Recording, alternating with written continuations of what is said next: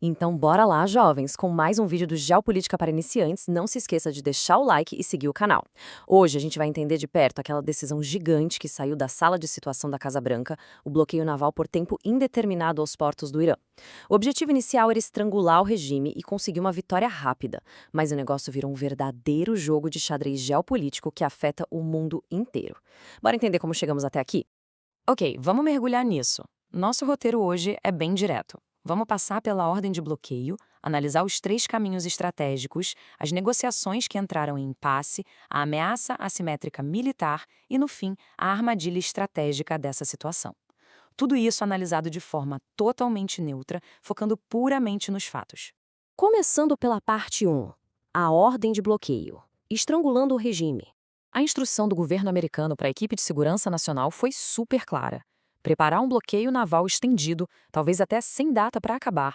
A ideia estrutural aqui é simplesmente cortar o oxigênio financeiro deles globalmente, até forçar o desmantelamento total e irreversível do programa nuclear iraniano. E o epicentro físico de todo esse terremoto econômico é o famoso Estreito de Hormuz, que é basicamente um gargalo vital para o petróleo no mundo. Para ter uma ideia do tamanho do problema, o nível de tráfego de navios por lá está no patamar mais baixo desde que esse conflito começou. Isso quer dizer que uma fatia gigantesca de petróleo não está chegando aos mercados, o que joga o preço global dos combustíveis lá para cima e, claro, cria uma tensão absurda na política interna dos Estados Unidos. Aliás, galera, deixe um comentário de um tema que você quer que eu faça outro vídeo e eu farei e postarei no canal em menos de uma semana. Agora, seguindo para a parte 2, 3 caminhos estratégicos, pesando os riscos. É importante lembrar que o governo americano não tinha nenhuma escolha fácil na mesa. Basicamente, eles olharam para 3 opções. A primeira era retomar os bombardeios. O grande risco, a retaliação iraniana garantida contra a infraestrutura de energia lá no Golfo, o que faria o petróleo explodir de vez. A segunda opção era uma saída negociada rápida, só que isso significaria abrir mão da pressão que já existia e deixar o Irã ditar os termos. Então sobrou a terceira via, que foi escolhida, o bloqueio naval indefinido. A Casa Branca avaliou que essa rota tem um risco militar imediato menor. Porém, o custo político interno é bem pesado, porque corrói a popularidade do governo nas vésperas das cruciais eleições legislativas, as chamadas midterms. E olha, os efeitos práticos desse bloqueio já estão muito visíveis. Enquanto o discurso oficial na mídia diz que o Irã está perto do colapso, são os relatórios de inteligência que mostram o cenário real. Os documentos confirmam que o Irã simplesmente não está conseguindo escoar seu principal produto. Eles estão literalmente ficando sem espaço físico nos terminais para estocar os barris de petróleo não exportado. É uma pressão colossal na logística deles. O que nos leva à parte 3, negociações em impasse, cronogramas concorrentes.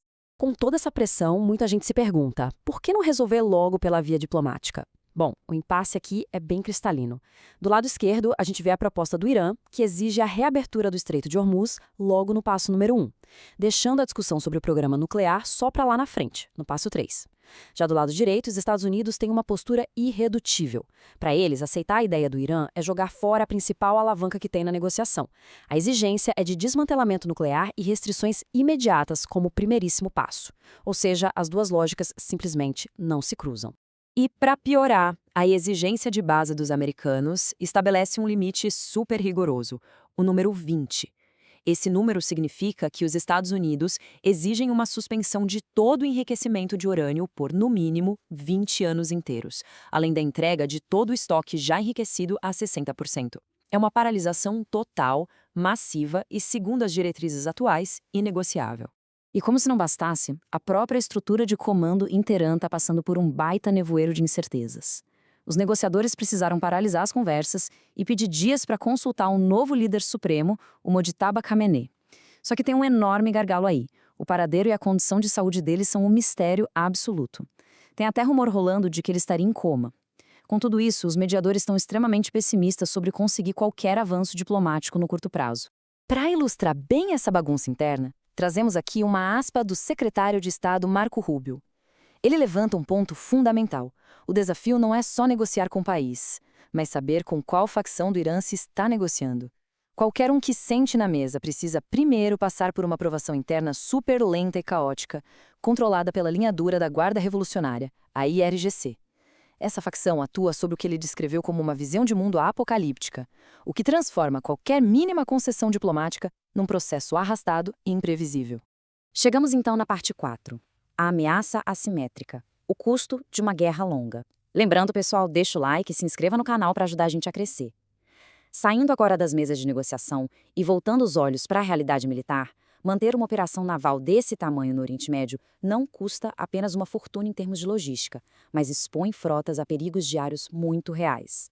E isso ilustra perfeitamente porque não existe uma vitória rápida à vista. A marinha convencional do Irã pode estar destruída, mas a estratégia deles se baseia num arsenal assimétrico, incrivelmente letal. A gente está falando de mísseis antinavio, verdadeiras nuvens de drones suicidas, mini-submarinos e enxames coordenados das lanchas de ataque rápido da Guarda Revolucionária. É uma força descentralizada que continua sendo uma ameaça monumental tanto para os navios americanos quanto para a infraestrutura de energia do Golfo.